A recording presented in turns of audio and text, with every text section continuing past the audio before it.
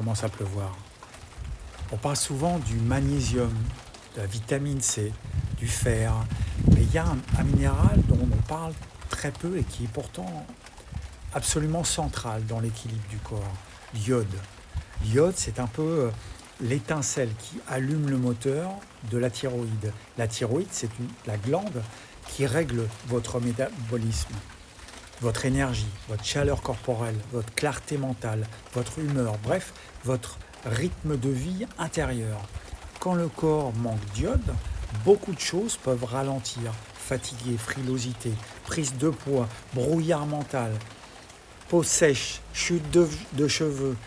Ce qui est intéressant, c'est que la grande majorité des gens aujourd'hui sont carencés. Pourquoi ? Parce que on a éliminé les aliments naturellement riches en iode de notre alimentation. Autrefois, les populations côtières mangeaient beaucoup d'algues, de poissons, de coquillages. Aujourd'hui, l'alimentation moderne est surtout composée de produits raffinés, transformés et très pauvres en minéraux. Résultat, le réservoir se vide doucement, même de génération à génération. Alors, comment recharger le corps en iode naturellement ? La première source, la plus logique, la plus vivante, c'est les algues. Par exemple, vous avez la nori, le wakame, le kombu, la dulse. Les algues sont des plantes de la mer. Et la mer est naturellement riche en iode. La mer, écoutez bien, la mer. Une petite pincée d'algues séchées dans une salade, dans un jus de légumes ou simplement réhydraté, et vous apportez déjà beaucoup de minéraux au corps.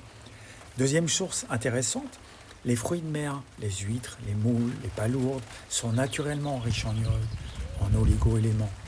Et puis, il y a aussi les œufs, surtout s'ils viennent de poules élevées en plein air, bien nourris, le jaune, crémeux, toujours fondant le jaune, jamais cuit.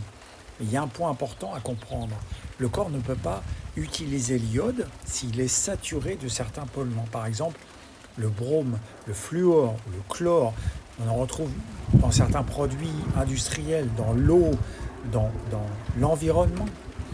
Ces éléments prennent la place de l'iode dans votre corps. Donc souvent, avant même de charger, il faut laisser le corps nettoyer un peu, manger plus vivant, boire de bons jus de légumes, respirer, bouger, et le terrain redevient plus réceptif. Et puis, il y a le principe simple que j'aime rappeler, le corps est comme une terre vivante. Si vous lui apportez régulièrement les aliments riches, naturels, pleins de minéraux, il se rééquilibre tout seul. Il n'a pas besoin de choses compliquées. Un peu d'algues, un peu de produits de la mer, une alimentation vivante, riche en fruits, légumes, toujours pareil, toujours des choses très très simples. Et petit à petit, le corps refait ses réserves. Parce qu'au fond, la santé fonctionne souvent comme ça. On enlève ce qui bloque et on remet ce qui nourrit. Et l'iode fait clairement partie des nutriments qui nourrissent profondément le corps.